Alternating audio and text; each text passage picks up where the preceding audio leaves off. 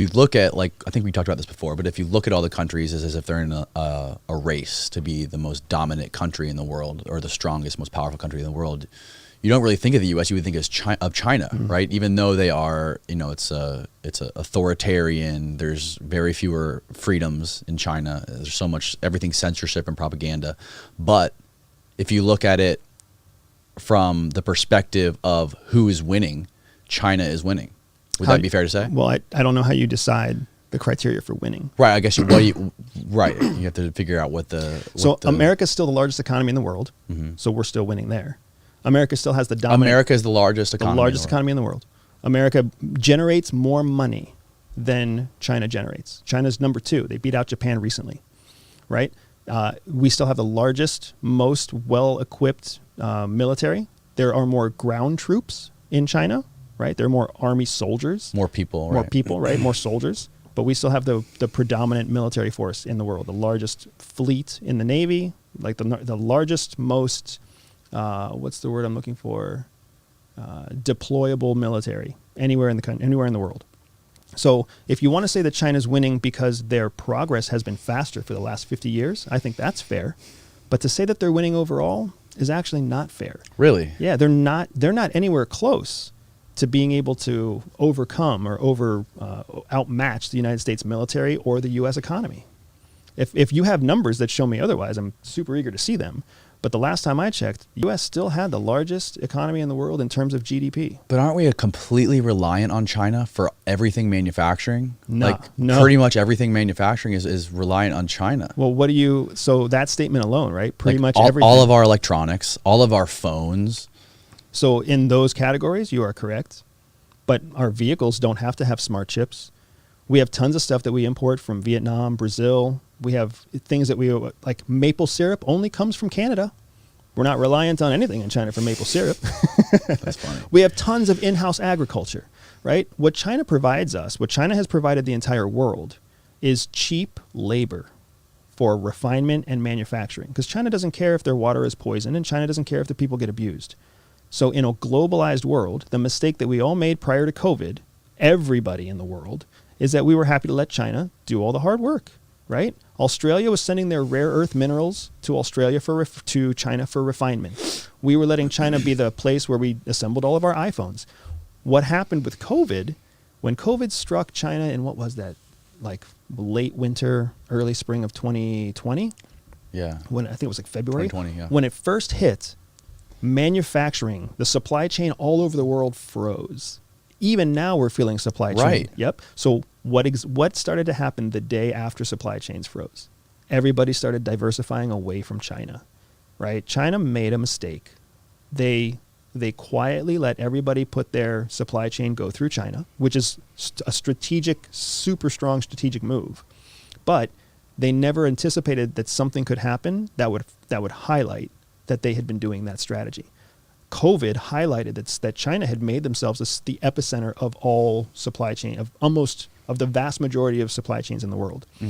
Since then, massive investment in diversifying minerals, resources, manufacturing, supply chain variations outside of China. Nobody ever wants another COVID to happen again. They want to make sure they have supply chains that don't touch not only just China, but that aren't reliant on a single bottleneck.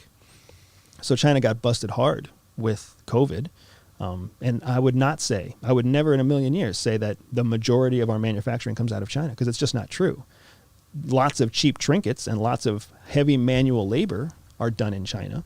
Lots of very toxic refinement is done in China because that's China's competitive advantage.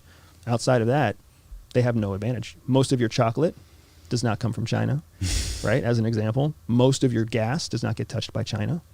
Most of your metals, like there's a long laundry list of things that you use every day that China doesn't touch.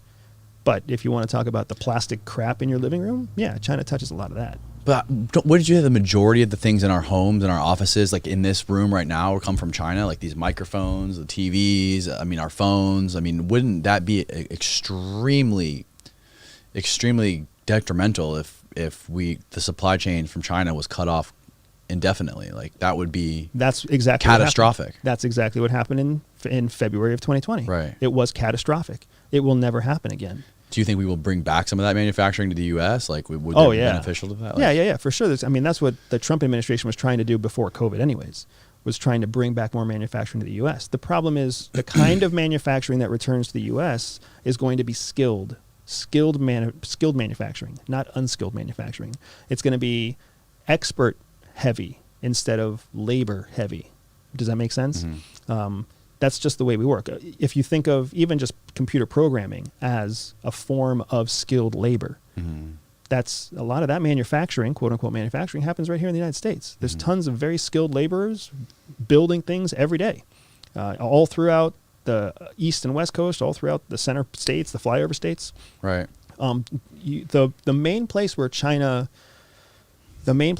shines in terms of supply chain and in manufacturing is cheap entry-level goods. I promise you, if you were to look at the most expensive equipment you have in this studio, it didn't come from China. The nicest equipment you have in here probably came from places in Europe. Yeah, I think these actually came from Sweden. There you go. If it's cheap shit, it's coming from China. Right. Entry-level stuff, that's going to come from China. Mass-produced, low quality, low survivability rate. But all your high-quality goods are still created by skilled manufacturers, not raw labor. Right. But, I mean, there's so many other ties that we have to China, like the NBA. Like, for example, the NBA, when an NBA executive comes out and talks about, China and Hong Kong, then China cuts off billions of dollars of funding to the NBA. Like, there's so many key ties between China and the U.S. that would destroy corporations in the U.S.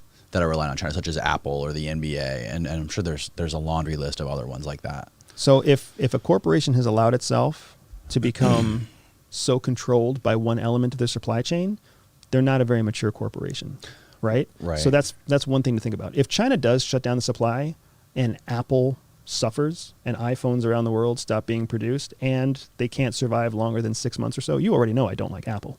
You already know I don't like iPhones. Right. So that's just... By the way, why don't you like iPhones? Because Apple's company is not a good company. Look at we're talking about it right now. They're dependent on a supply line coming from China, right? They don't cooperate to keep Americans safe. They're an American company that does not cooperate with the FBI, does not cooperate with organizations that are there to keep Americans safe. We saw that with the terrorists that were using iPhones in whatever year that was, 2012 maybe, when terrorist cells were using iPhones, and then when the FBI got their hands on those cell phones, Apple wouldn't help them unlock the cell phones because Apple said, we promise our users that they have total security. Individual privacy, right? Privacy. Isn't that important? Well, is individual privacy important, or is American citizen privacy important? Which one do you really want? You want privacy laws that pertain to American citizens. And if the American citizen in question is a terrorist ISIS member who has given up their American citizenship to become a member of ISIS, does that person deserve the same rights, the same privilege to privacy as you and I?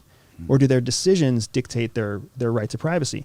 These are all the sticky, uncomfortable questions that you'll never hear about in a headline, that smart people have around tables all the time, but ignorant people don't, because they sit around talking about, we all have a right to privacy, yada, yada. Nobody gives a rat's ass if you're cheating on your wife with your secretary. Nobody cares except for you, your secretary, and your wife. FBI is not going to waste their time on that. CIA is not going to waste their time on that. Right. But if there's some dude hiding out in Michigan who's an American citizen who has pledged his loyalty to ISIS through an online portal, and now that person's plotting an attack in St. Louis, that person has given up their right to privacy. That's the country I want to live in. As soon as we stop looking at that person through the lens of a threat to American citizens, then that's the day that I leave the United States.